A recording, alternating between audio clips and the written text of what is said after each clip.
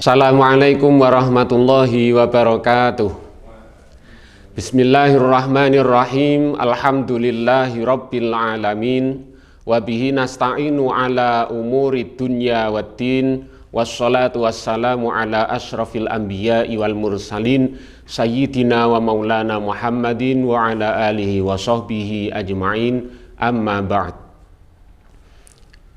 Anak-anakku, siswa-siswi MTS Negeri 9 yang berbahagia, pada kesempatan bulan suci Ramadan ini kita mengadakan kegiatan yaitu materi pondok pesantren yang dalam kesempatan kali ini saya berkesempatan untuk menyampaikan perihal masalah toharoh. Perlu saya sampaikan bahwasanya toharoh adalah menurut pengertian secara bahasa dan istilahnya, secara bahasa toharoh adalah bersuci, sedangkan menurut istilah adalah suatu kegiatan bersuci dari hadas dan najis, sehingga seseorang diperbolehkan untuk melaksanakan suatu ibadah yang di situ membutuhkan suci. Sebagaimana contohnya adalah sholat. Jadi sholat ini adalah kegiatan yang harus kita laksanakan di mana kondisi tubuh kita, tempat kita ataupun baju kita adalah suci, dan bersucinya ini sesuai dengan cara-cara yang ditentukan oleh syariat agama. Dari definisi secara syariat tentang toharoh dapat kita ambil kesimpulan bahwasanya toharoh bersuci itu dari dua hal. Bersuci itu dari dua hal. Yang pertama adalah bersuci dari hadas, yang kedua adalah bersuci dari najis.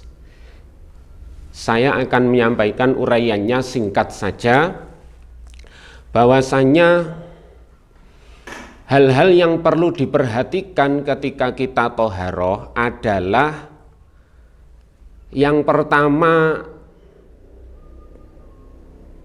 bersuci itu harus kita mengerti apa yang akan kita sucikan. Yang kedua yang perlu diperhatikan adalah media, sarana atau alat kita bersuci. Yang ketiga adalah kaifiyah atau tata cara kita bersuci. Perlu semuanya kita mengetahui bahwasannya hadas dan najis itu macamnya banyak. Jadi najis pengertiannya adalah suatu kotoran. Jadi najis adalah kotoran yang nampak warna, nampak bau, dan nampak rasanya. Sedangkan hadas adalah kondisi tubuh di mana dia tidak suci yang menyebabkan dia terhalang atau tidak sah melakukan suatu ibadah. Mengenai pembagiannya, hadas ada dua, hadas besar dan hadas kecil. Sedangkan najis, kita semua sudah mendapatkan ilmunya bahwa najis ada najis mukhafafah atau ringan, ada najis mutawasitoh atau sedang, ada juga najis mughaladhoh atau najis berat. Dari hal-hal yang sudah kita fahami tentang hadas dan najis, tentu kita memperhatikan aspek yang kedua, yaitu media atau sarana kita untuk bersuci. Kita harus tahu apa yang kita gunakan untuk bersuci. Contohnya air. contohnya air. Karena di sini hal-hal yang kita gunakan untuk bersuci bisa jadi selain air, karena nanti bisa debu, bisa juga batu atau tisu atau yang lain sebagainya. Kalau air nanti kita gunakan untuk bersuci, minimal adalah 2 kolah. Dan kita pahami bersama, sifat-sifat air tidak berubah dari rasanya, dari warnanya, dari baunya, tidak berubah dari sifat-sifat air. Dari sini kita bisa menggunakan untuk bersuci. Berikutnya, hal yang perlu kita pahami adalah kaifiyah, tata cara kita bersuci. Tata cara kita bersuci otomatis kita harus mengetahui apa yang harus kita sucikan, apa yang akan kita sucikan. Dicontohkan kita bersuci dari najis mutawasitoh. Najis mutawasitoh, najis yang sedang-sedang. Ya, contohnya ada kotoran di halaman rumah atau di musola, otomatis kita harus mensucikannya. Pertama, kita ambil kotorannya.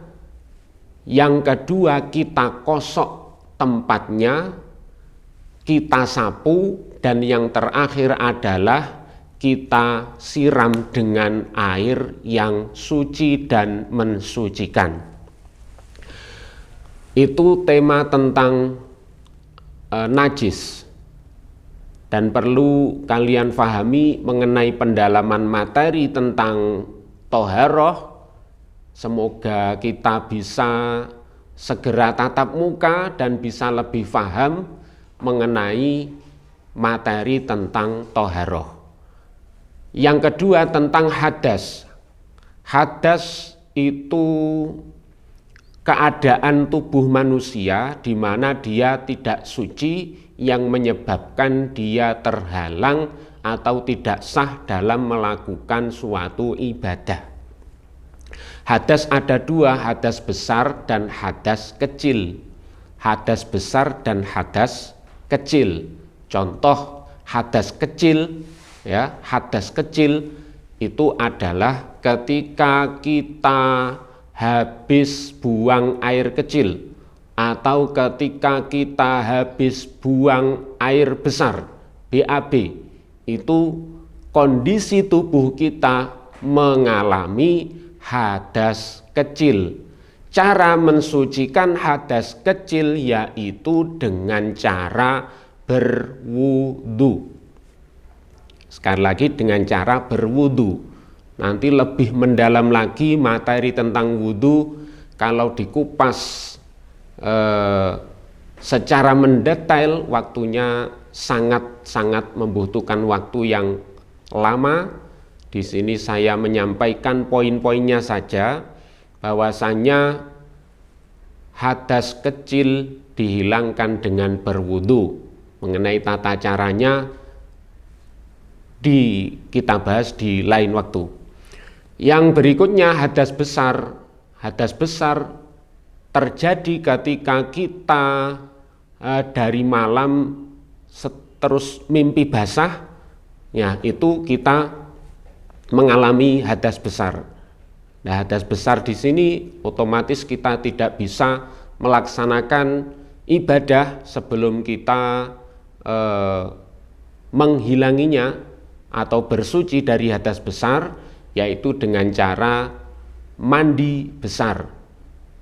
Ya, dengan cara mandi besar, mandi berguyur dari atas rambut ini sampai ke bawah dan semuanya basah. Ini mandi besar, tata cara menghilangkan hadas besar. Atau contoh yang kedua, habis berhubungan badan. Ini juga kondisi tubuh kita mengalami hadas besar. Atau lagi untuk yang wanita adalah setelah berhenti dari haid dan nifas. Ini termasuk dia memiliki hadas besar. Wajib dia mandi besar untuk melaksanakan ibadah-ibadah yang di situ memerlukan bersuci. Mengenai niatnya, sebagaimana niatnya wudhu, cukup diganti nawaitul husla li raf'il hadasil akbari fardhol lillahi ta'ala, atau bisa diganti nawaitu listibahatis sholah fardhol lillahi ta'ala.